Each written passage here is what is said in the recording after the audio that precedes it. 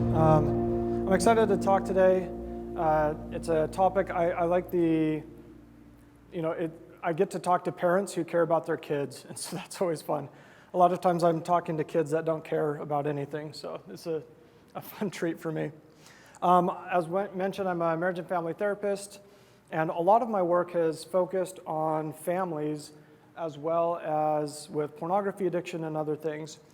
And so I've just in time come to I've blended those two things together, and my approach is very much relationally based, and so hopefully find some value as I go along. Sometimes I'm a little bit lighthearted with the topic, and yet I want to recognize too that this stirs up very powerful emotion, and this can be a very real, very painful experience for families. And so I guess I choose to be a little bit lighthearted from time to time, just to give us a little bit of breathing room and remind ourselves that there's a way through this and that we're going to be okay. But in no way do I want to dismiss the fact that this is a very real, painful experience for many people. And it's worth mentioning too that I'm going to be talking a lot about parenting ideals. And anytime we talk about parenting, it's easy to feel the parenting shame of like, I'm not matching those ideals. And so I just view it more as a guideline that we strive for. I fall short of these expectations myself. A lot of times you'll find things that you look back and think, oh, I wish I would have handled it this way, but it's too late now. And so just keep that shame in check. This is supposed to be inspiring and helpful, so hopefully that's the case. And just know that if you find that you did do things in a way that probably wasn't effective, that you can always go back and repair. Kids are very naturally resilient, and so they will be forgiving. You know, if we're doing our best, usually that's enough. So let me start with just a little bit of context, and I just want to share a quick experience. So there was a young man that came into my office. He was in high school, and his mom caught him viewing pornography and smoking weed, and so she sent him to therapy to get fixed up, which isn't always the best approach. But so we talked, and it took him a little bit of time before he would open up. But I started asking about the pornography thing, and so he kind of shared this story with me of, you know, he was curious and his friends were viewing pornography, so he would look it up and kind of got sucked into it. And his mom discovered that, and so naturally she put a filter on his phone. She didn't want that going on, and so his response was to find a way around the filter. And so the mom later on discovered that he'd found a way around it, and so she installed a more sophisticated filter. And then he learned a little bit of code and then found a way through that filter. And so she took away his phone, and then he got a secret phone, and then she found that phone. And there's this massive back and forth. And are you guys familiar with Moriarty? You know who that is? That's the Sherlock Holmes, like, arch nemesis, right? The evil genius. So I was laughing with this guy. I was just like, you're an evil genius, man. Like, you and your mom are having this battle of wits, and you're both brilliant, but neither one of you can beat each other, right? And so he chuckled, and like, he saw that it was problematic, you know. He was also really sick of it, so he actually did, in time, the boundaries were enough that he was able to slow down the behavior, and he did some good work. But I always feel a little bit sad in that experience, because I believe that there's a better way where we can also, like, at the same time as addressing pornography, preserve and even build the relationship. For them, in this moment, it cost them some of the relationship. Now again, they were able to recover a lot of it. They were able to find other ways of getting through it. But you know, I want to spare you guys a little bit of that. Up here, so this is not the one I would put in your notes, because this is the ineffective approach that most of us naturally fall into. This is what I call the porn reactive model. So a lot of parents are convinced, hey, pornography is bad, so we're going to warn our kids. Pornography is bad, don't do it, that kind of thing. And we're really convinced of that. And so it becomes very frustrating or very scary when, despite all of the warnings, our kids are still exposed to pornography or have sought out pornography. And because that's so frustrating, we might have a tendency to overreact or respond in a way that accidentally closes our kids down. And then once we discover, hey, this was the thing that we were trying to prevent, and yet it's still here, we can start to engage in the battle against pornography. And the trouble with that is that it often accidentally becomes the battle against our child. And it becomes very hard to feel the difference for your child a lot of times, right? And so there is a better way. And the battle, again, it's just two evil geniuses kind of duking it out, right? So I developed the porn resilient model. So this is 4 steps. And in this approach, rather than starting at the top and working our way down, I encourage parents to start from the bottom and work our way up. And just symbolically, laying the foundation, right? And of course, in a pyramid, the bottom layer is the largest. And for us, step number 1 requires the most time, the most energy, the most effort. And so most of our efforts are going to be down at these bottom layers and working our way up. So as you can see, in my approach, I always start with the relationship. And I'm not even talking about the relationship as it connects to pornography, but just the relationship in general. So this is the stuff that you're probably all doing your best at already. Cultivating the relationship through quality time, through having fun together, through appropriate discipline, expectations, those kinds of things. And ultimately, the type of relationship that supports resilient kids is one where there is an openness and a working relationship. The child can feel heard and respected, and yet they know that they don't run the show. There are expectations that they need to line up with. So again, we're probably all trying to do our best at this already, but this is important to keep in mind, and I'll explain a little bit more as we go on. The more we establish the relationship, the more we can spend time and energy on step number 2, which is preparing the child. So this is stuff like education around human sexuality, healthy relationships.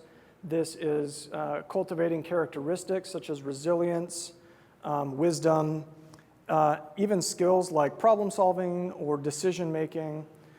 All of these things are going to be necessary prerequisites, and we want to be building these up as early as possible for our kids so that by the time exposure happens, they've got some of these resources in place to draw on. From there, the more our child is prepared, then we can go into managing media. Now, obviously, this is where most parents start. And the example I gave, this is where the mom started of like, all right, let's put a filter in the phone. That in and of itself isn't enough, but it is an important step, right? So I'll help a lot of families kind of develop a system for how do we filter out the bad stuff, how do we monitor the activity on electronics, right? Not only managing it through software, but just family culture. And sometimes that means how do we use media in a positive way. So as you can tell, if all of these things are built up before exposure happens, we're in a much stronger position to handle it. And then navigating exposure requires much less time and effort than some of these underlying things, but it is still really important. And in fact, what we're going to do today is dive into step number 4 of how do we respond in moments where there's been exposure or we're discovering ongoing use or something like that. But what I want to do is give the context. So as I share the principles and ideas, they're sound, but they also require some of these foundational pieces that we're not going to dig into today. The other part of it too is that if the problems are particularly severe or the family situation is particularly complex, navigating exposure and also laying these foundational pieces may require the support of a helping professional or just a support network in general, whether that's friendships, ecclesiastical leaders, or things like that. Implementing these ideas can get very tricky, and the more complicated, the more severe things are, the more likely it is that we'll require some of that outside help. So So, okay, that's kind of a very zoomed out picture. I want to dig into this step number 4 idea of, in general, how do we respond? After I kind of do a little bit more kind of from a wide angle lens, we'll zoom in and get very detailed. But first, just the generals. So, I grew up on Star Wars, so I couldn't help myself here. In general, how do we want to respond? What comes naturally for most of us is responding out of a place of fear, a place of anger, or something like that. And really what we want to do is do our very best to channel our inner Yoda, or that part of you, the wisest part of you, like that best version of yourself. That's calm, it's curious, it's loving and accepting, it is patient, right? So I get this image of Luke Skywalker leaping through the swamp with Yoda on his back. I think that's a great image for our role as a parent of they're navigating sexual maturation. And there are going to be pitfalls and snakes and quicksand and all of that. And if we can just kind of be alongside them in that journey and offer a little bit of guidance, a little bit of encouragement, a little bit of love, and it comes from that kind of a place, I think they're going to grow. If it comes from a place of criticism or panic or something like that, it has a very different tone and it's not going to be so effective. So now in general, and again, we'll get into more specific details here, but how do we, because this is such an important issue and such an emotionally based thing, what do we do? How do we get to inner Yoda when what shows up is Darth Vader right off the bat, right?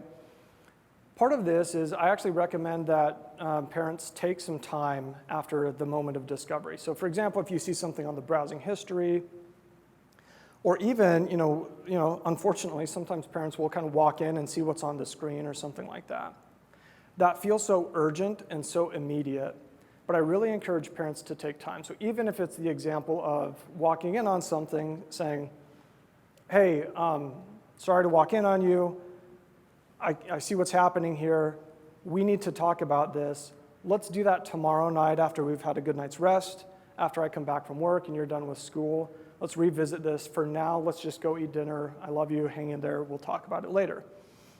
Even that might be difficult because we might have such strong emotion, of course. But if we give ourselves time, it allows us the opportunity to get centered, draw on that inner Yoda. And I really encourage people to engage with the support network. So if that's a spouse, if that's friends, a counselor, or spiritual leaders, or something like that, to go through, and of course you need to be discreet. This involves your child's privacy, and that needs to be respected. But if you've got a person that you can inform, like, hey, here's the situation I'm in, talking about that, and then processing those initial emotions that might draw us away from an effective response. Start to talk about some of the fears, some of the disillusionment with God, or some of the shame about your parenting, or some of the anger toward your child, or whatever happens to come up. Find some place to work through that initially. Now, you might not have a 1-hour conversation and be done with it, but what you'll do is you'll burn off some of the initial emotion, and then the energy that you bring to your child in a discussion is going to be a lot more grounded. And I even encourage, hey, rehearse, go ahead and talk about what you're feeling, and then come back to okay, but how do I want to discuss this with my child? How do I want to bring it up? What's the core message that I want to convey? Things like that. And as you'll find out, a lot of times it's not even about talking toward our child, but more listening from them. So these are general ideas. And then what I did is took a lot of common responses that I saw from working with a number of different families, and I've developed the playbook. So if you imagine the football playbook, the X's and O's and the arrows and the squiggly lines and stuff like that. Obviously, parenting doesn't happen in discrete plays with a break between each where we reset. It doesn't just happen that way. And yet it can be really helpful to kind of look at these different parenting plays. So I just outlined 6 of the most common ineffective responses that parents can naturally go to.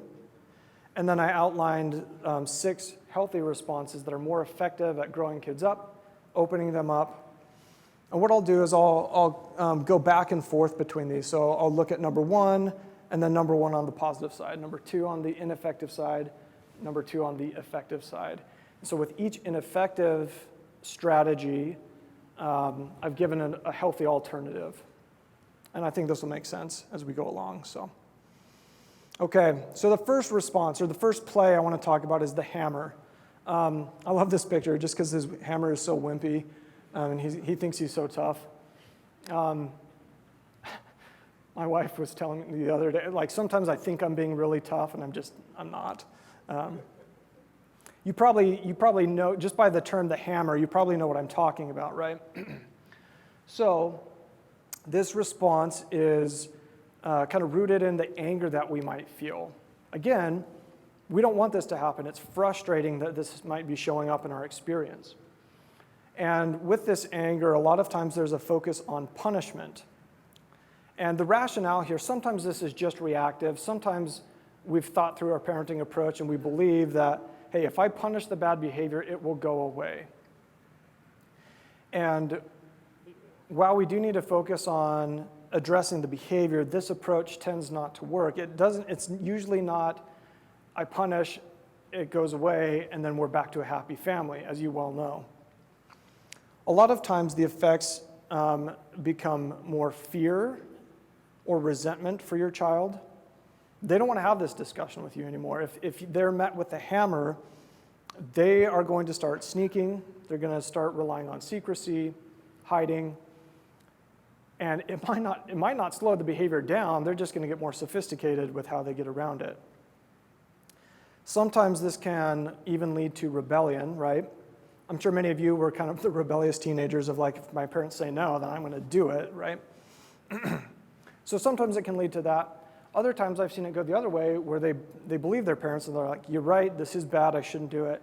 And they might adopt a very perfectionistic approach to trying to just do it right and never mess up. And that can come with a lot of shame. So I don't know if you can probably read this, but it says, when Thor throws his hammer, he's serving justice. When I throw a hammer, I have anger management issues. And so, I don't know, I guess that would be true, right? Not always, but sometimes that is a legitimate reason of like, why do we respond with anger? Well, maybe we aren't good at managing our own anger. It's possible then that what we need to focus on is addressing that.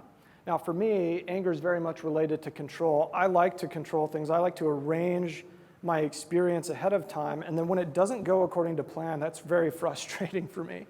And whether that's helping my daughter get her shoes on, and then 4 minutes later it's still not done, that can be aggravating. If it's like starting up the computer and it takes 5 minutes instead of 30 seconds, that's very frustrating, right? So sometimes it's related to issues of control. Anger is often very connected to a root of fear and unmet needs as well. So in other words, the point here is that if anger is a go-to response, there might be some work for you to do there to see why that's a go-to response for you. Another possible reason is that positive discipline wasn't modeled for you in your home growing up. And that might have been maybe your parents relied on the hammer all the time. Maybe parents were very passive, and so you didn't see healthy discipline, and so this is your best guess at what it looks like, or something like that. So here's the alternative. The anger is sharing a little bit of wisdom. The strategy that it's recommending is not a good strategy, but the anger is saying like, hey, something isn't the way that it ought to be. And so if we listen to that but use a more wise strategy, the play that I call line in the sand is all about setting boundaries, establishing healthy limitations. And research shows that healthy parenting or effective parenting does rely on one concept, among others, of demandingness. And that term sounds a little bit harsh in our contemporary language, but literally, like, if you're in this family, things are demanded of you. There are expectations, there are standards to live up to. You're expected to comply to a baseline, right? Now, sometimes we set that standard too high, but it is appropriate to rely on healthy discipline. The rationale here is that kids will thrive when they have structure and protective guidelines. The effect here, if we can organize boundaries, expectations, limitations, all of that, it creates a house of order, and it becomes very predictable and actually feels very safe for kids. Even if they don't like the rules, right? If it's predictable, consistent, that's a very good environment in which to grow up and develop. Now, the reality is too that there will be some grumbling. So especially if you leave here and kind of approach your kids and like, okay, we're gonna do rules now. Some of your kids might be like, what's a rule? What's this, right? They might resist and grumble, but usually that's a temporary season for most kids. They'll grumble for a time, and then later on, they'll start to appreciate, you know what, this is kind of working out. So yesterday, I was actually working with a family, and it was unrelated to pornography, but we're trying to clean up some of the family boundaries because instead of having clear expectations and follow through, the parents would set boundaries but never hold to them because then he got mad and they felt guilty, and it was just a pretty messy process. And when we talked about having the parents have more consistent follow-through with boundaries, I asked the son how he felt, and he said, well, I mean, it kind of stinks that I'll have to deal with consequences, but they are fair, and you know what, this probably would be better for us. And a lot of kids are in that place of like, he wants more video games, right? So he likes when they cave on their boundaries, but there was something more subtle, more substantial about like he knew that it would actually be to his good if his parents were consistent. And if he could believe them when they said, hey, you can't go out this weekend. He doesn't believe them right now. So they're going to have a period of time where they're going to have to prove themselves before he starts believing it. But that's the kind of thing that we can do. It's very easy to say, okay, hey, if my teenage daughter is sexting a 20-year-old, we need a boundary, right? That's not something that we can just be super gentle with. Or I should say it like this, we can certainly be gentle as long as the boundary is firm. That's not something we want to be passive with, though, right? That's a very dangerous situation. And so it's very appropriate to say, until I see you manage your electronics with responsibility, I can't give you access to the phone in the way that you once had it. That's very appropriate. So in order to make the shift from the hammer to the line in the sand, like I mentioned earlier, maybe looking and doing some of the internal work to address control or anger issues, and even kind of going back to some parenting education, some parenting 101. And this is not to say that anybody who responds with anger doesn't know basic parenting, but for my wife and I, even as our girl goes through different phases, it's almost like we always have to go back to the basics and see like, okay, what does that mean in this scenario, right? And so that's the invitation of look at what you know about parenting. If you need to fill in some of the education, go for it, and then figure out how that applies in this scenario. So this is the second ineffective play, the guilt trip. Again, this one's self-explanatory. We all have that person in our lives that's very good at this for us. Now, I've never had a parent describe to me that their intentionally chosen parenting philosophy is shame my child, right? This is usually accidental. And yet, it is something that we need to carefully look at. Shaming usually happens simply in the form of something bad happens, and then we highlight how bad that thing is and kind of leave it there, right? And the assumption is that if they feel bad, they'll stop. And again, sometimes this is just driven by emotion. We may not literally be thinking that. Sometimes we may be thinking that of like, hey, they need to feel it. Now, there's a grain of truth there, but it needs to be detached from a shaming technique, right? And we'll get to kind of the other side of it. But the effect here, of course, is shame, right? And with that comes avoidance, withdrawal. So if every time they make a mistake in terms of their sexual conduct, and you find out about it and just highlight, that's really bad, you should stop doing that, they're probably going to stop talking about that, right? That withdrawal is a very natural follow-up if that's our response. Now, why do parents do this? It's a pretty easy thing to do, frankly. It's a very human thing. A lot of times we just have this repulsion or this disgust or this fear associated with pornography, and we don't want it to be showing up. And so that's just a very natural way to go. It may be that we don't have a good alternative to look toward. Like, we don't know how else to discourage behavior other than pointing it out and saying stop, right? So here's the alternative then that we want to look at, the reckoning.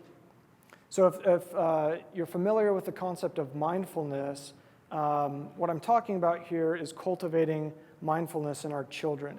If you're not familiar with it, that's okay. I'll kind of explain what I mean as we go. This response requires parents to step into a role, not of highlighting how bad the behavior is, of course, but of actually asking questions that cause your child to tune in and reflect on their experience. So, hey, how are you feeling before, turning to the pornography? Or, what shows up when you view pornography? Or what do you think about pornography in general, right? Inviting them to share their thoughts and their feelings, their beliefs, helps them try those things out. I'm sure you've been in the experience where you had things kind of rattling around in your head, and it wasn't until you had a conversation where you got to put words to it that all of a sudden things started to make sense. Or sometimes I'm just so mad that it's not until I say what I'm thinking that I realize how idiotic it is, right? And so sometimes we need to hear ourselves talk a little bit so that we can become more familiar with our inner world.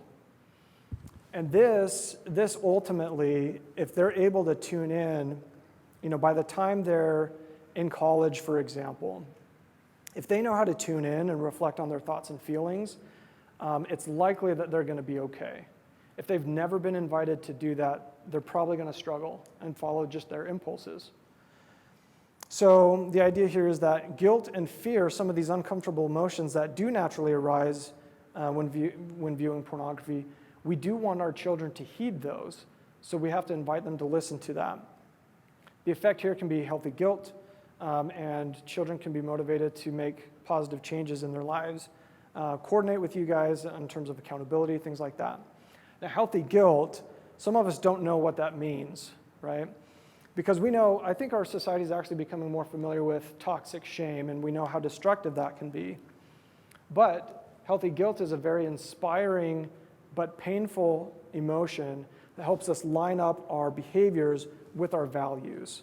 And so sometimes we have to reckon with the guilt that we feel and feel the weight of it, feel the pain of it, before we're going to feel motivated or do the hard work of lining those things back up. So to make the shift from the guilt trip to the reckoning, literally focusing on okay, ask more questions, listen. Do I fully understand this? What we're trying to do is, instead of energy toward our kids in this type of conversation, we're inviting energy from our kids. So asking open-ended questions. Now, a lot of kids initially will give very short answers, and they won't go deep, and that's okay. That's part of the process. Just know that that's an expected thing, but hopefully you can find a way of kind of entering deeper and deeper into their internal world as you build trust with them. Now, this does require us to believe that if our children tune in, good will come of it. Sometimes we're very afraid that if they look inward, they might draw the wrong conclusions. And that actually happens from time to time. But if the overall relationship is in there, a lot of times they're just going to test out different beliefs, different feelings, and they will probably arrive at a very healthy place. Getting some empathy and emotional education as a parent can help. So if these concepts, if you want to make these a little bit more sophisticated or develop more emotional intelligence for yourself or soft skills or things like that, there's plenty of education out there that can be helpful. Okay, so the third and effective response is the witch hunt. So it's probably big enough to read, right? Something will die today. That's a fearsome kitten. So what we're talking about with the witch hunt is that sometimes our children view pornography, and that's a painful thing for them. And then our first response is, who do we retaliate against? Who do we go after to make this problem go away? And a lot of times we're blaming the porn industry. A lot of times we're blaming, our kid's friend, our kid's friend's parent, men, just all men, right? Whatever it is. And we're looking for somebody to take that anger energy that was stirred up for us. We got to direct it somewhere. The idea here is if I can eliminate the threats or clear away the contagions, then things are going to be okay. Of course, that's not always within our capability, right? And the actual effect of the witch hunt is that our kids feel embarrassed, they feel ashamed, and actually, they feel very lonely in this experience. So let me illustrate this with a story you may have heard of two boys. They go out on a hike, and I'm picturing kind of the southern Utah landscape, sand, rock, heat, too much heat. And so they go out hiking, and they're curious boys, and so as they hike, they hear a sound, and they follow it and try and find out what it is, and it's a rattlesnake. The rattlesnake is coiled up, sees the boys, they get too close, he lunges and hits one of the boys. In that moment, the boy drops to the ground, and his friend is panicked, and so he grabs a rock, grabs a stick, he chases after this snake. And it takes him some time, but he's able to take out the threat. When he comes back to his friend, he realizes that his friend's expiring. He's having a hard time. And it would have been wiser to use his time and energy to call 911, get him off the mountain, help direct and support him. Instead, he chased the threat. And it's so easy to do this as a parent, right? We accidentally abandon our child and we go after something that we want to take out because we're upset. The alternative here is the movement. Now the difference, there's a lot of similarity here because there is something about changing our environment that's a positive, healthy thing. The movement, though, is different in terms of timing and energy. The energy is not desperate or angry. It's impassioned. It's motivated, determined. The timing is not in that conversation where they're at the foot of your bed, right? This comes later. This comes after stabilizing the home and the family. So this is all about promoting changes, affecting the environment around us. The effect here is that our kids can feel empowered and they can realize, hey, we're not alone in this. Many of you guys, just by being at UCAP, are part of the movement. Fight the New Drug, that I think, is that their thing over here? Maybe it's behind me. It says join the movement, right? And so there is something to be done. This is a wise thing, but it has to come in the proper way and at the proper timing. Part of what, as you join the movement for yourself, so to speak, if this is a play that you're focused on, it might be determining your personal strengths and how you go about what do you offer to the movement, so to speak. What's your purpose or what's your aim? Okay, pact of silence. This one's pretty self-explanatory. It's avoiding it. We see something's there, we know it's up, but we don't talk about it. For some people, this is because they don't believe pornography is an issue, so it's what's there to talk about. Those people are probably not sitting in this room right now. For most others, it's just kind of this maybe experience of being frozen, of I don't know what to do, right? There's also this piece of I don't want to make things more uncomfortable. This conversation is not going to go well. I can't imagine this being productive, so we're just not going to go there at all. But the effect is, if we don't talk about it, kids are going to end up being confused. They feel like it's naughty. They feel like it's dirty, at least in part, right? And so they're going to be confused if no one affirms that. No one says that this is a risk or a problem. No one's educated them. It's going to be confusing and feel like some false permission of well, I guess it's okay, right? And in fact, in the world we're raising our kids in, that's the high school mentality of everyone does it, it's okay. And so they need some messaging that says, hey, this needs to be managed, right? Okay, so here's the alternative, the emperor's new clothes. Let me run through the story real quick. Of course, many of you are familiar with this. This is kind of I don't know if it's an Aesop's fable or just a folk tale or something like that. All I know is I watched the Muppet version where Fozzie Bear was the main character. So the emperor It's his coronation, and he wants to have a grand parade, and so he hires a tailor to make him the finest robes imaginable. And he's going to show off, and everybody's going to be impressed. So the tailor, Rizzo the rat, in my head, he comes in and he sets up the loom and he starts weaving. The emperor and his attendants go in and see this, but they don't see any cloth. And so the rat tells him, this is a very fine cloth, and only the wise can see it. And so, the emperor is like, well, I'm wise, but I don't see it, so I must be a fool. I don't want people to know that. So all of a sudden, Fozzie Bear is like, oh, yeah, there it is. It's gorgeous. Like, this is beautiful cloth, right? His attendants are feeling the same thing. The whole town, it's announced to the whole town, he's got these fine robes that are being made. So they know how it works. If you're wise, you can see it. If you're a fool, you can't. So everyone has to pretend to be wise. So he marches through the streets just in his fur, and everyone is pretending, except one boy has the courage to say, I don't see anything. And other people start to vouch for him, like, well, he's not a fool. And honestly, I don't see anything either. There's kind of this reverse ripple, and then all of a sudden they discover that, the emperor's been duped. Anyway, long story short, this is all about being that one that can stand against the predominant force of silence, of just going with it. It's being motivated and inspired enough to step into an uncomfortable situation. A lot of times parents are focused on, how do I make this more comfortable? And that's worth it. Like, investigate, see what you can do, but don't wait until it's comfortable. You're going to have to step into the awkward conversation. Despite the awkwardness, the idea here is that loving communication is always going to be beneficial.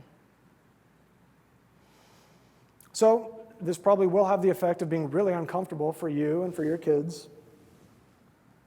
There is going to, hopefully after that, be some relief. You might need some icebreakers. You might need to make a joke, highlight the fact that, hey, this is awkward. I'm not exactly sure what to say. I just know we need to talk about this. And that's an okay place to start. Ultimately, this will help them develop problem-solving skills, right? So this is absolutely essential. Okay, let's keep rolling here. So the Sermon on the Couch. I don't know if you can read this. It says, when you tell your parents a funny story and it turns into a life lesson. So you've probably all seen that face before. Sermon on the Couch, as you might imagine, is the lecturing, the preaching, the teaching. And the teaching is good. That needs to happen in parenting, but not right now. And not in this way, because a lot of times this ends up being a one-sided conversation where it's all the energy is from parent to child. We have the correct information, you have the wrong information, we need to address this, right? The idea is if I convince them of their errors, they'll change. Usually what happens is that they feel shame. If they're listening at all, they're going to take in, I'm doing it wrong, I'm screwing up, I'm not living up to those expectations. More commonly, they're just not listening. They're just really bugged that you're wasting their time, right? Now, we do this because there is a desire to teach, and teaching is an important thing. The alternative here is the vision quest. And so again, similar to the reckoning, we're trying to go into our child's internal world, or allow them to do that. And we're looking for their values. We're looking for their personal approach to the world, their standards. And the idea here is that if they can discover what matters most in their lives and the type of person that they want to become, then they'll be able to handle things like pornography wisely. So this can lead to maturation, decision-making, independence, moral development. They're going to become wiser and stronger by the time they're an adult, right? So how do we make the shift? Similar to the reckoning, we focus a lot more on questions than on information. We talk less and listen more. And again, we have to trust that if our children tune in to discover their own personal values, that's a good thing. The risky part is that they'll probably find that their values are a little bit different than yours. You might emphasize virtue and they might emphasize freedom. But even if they're tuning into their own sense of freedom, for example, they might discover, but this doesn't allow me to be free. I'm trapped by this, right?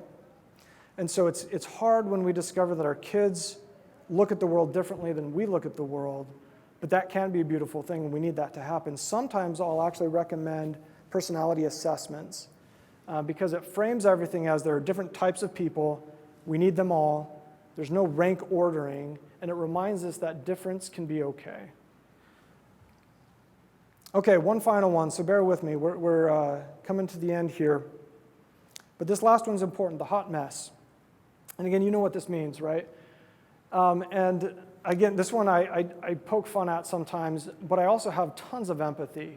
This is such an easy place for a parent to go. Overwhelming emotion, fear, anger, distress, disillusionment, whatever it might be. The focus here, for example, well, just a quick anecdote. I worked with a family, and they'd actually worked on this before coming to me, but he was discovered viewing pornography. He was gay, so that added complications to it. The mom was really worried about him. Her husband was addicted to pornography, and so there were so many complications for her that she unraveled in this moment on the bed with him next to her. The focus became all about her pain, not about the child's needs. And it's so understandable. She needed to cry. That was an appropriate response, but she needed to take it somewhere else. And that's the encouragement here. Now again, I don't think many people think this way consciously, but sometimes we use our pain to display that to others, and hopefully they will change. Again, this is usually rooted in trauma. Let me just jump forward into the alternative response here. Acceptance, surrender. So this is the white flag. And this is incredibly difficult, and this might be a shift that takes a good amount of time, like months or years of working through a healing process before we're able to go into acceptance. Now, when I say acceptance and surrender, I don't mean giving up and just allowing things to be the way that they are. What I mean is acknowledging that this reality isn't what I wanted, but it is what it is. And I'm going to work with this here. And then maybe that leads to wise action. Maybe we still join the movement after we raise the white flag, but there is a step of acknowledging this is how it is right now. And recognizing and remembering that for ourselves, encountering darkness and challenge is probably what has grown us up the most, and that is unfortunately true for our kids as well. If we can contain their challenges and emotions without becoming unbalanced ourselves, it creates a sense of safety, like my parents can handle this. For that kid, when he watched his mom break down, all he knew was that I'm terrible and I should avoid people because I caused them suffering. What he needed was, hey, mom can handle this. Maybe I'm going to make it through this. To do this, it does require a healing process. We do need to grieve the image of what we had for our child. It may be different than the reality of our child. And to pursue healing on an ongoing basis. So just to close out here, you'll notice some themes as we go through the ineffective responses and the effective responses. Strong emotion, energy toward our kids, us taking responsibility for things, those aren't as effective. Growing our kids up, though, is all about recognizing their emotion, helping them tune in, responding to our own emotion in a healthy way and in the right place, and helping our child do the hard thinking, the hard work, so that they can grow up in the process. So if you've recognized any missteps in your own parenting, again, I'd encourage you not to take that to a place of shame, but rather, hey, let's figure out how to repair this. If you need to have the conversation of, hey, that one time 2 years ago or 2 weeks ago, I didn't handle that well. I'm sorry. Here's what I think would be better for you. What do you think? And that can be a very repairing, restorative conversation. Anyway, last meme of the day. Thank you guys so much. Hope this has been valuable for you, and I hope that you continue engaging with your children and growing them up regardless of pornography's involvement. So thanks so much.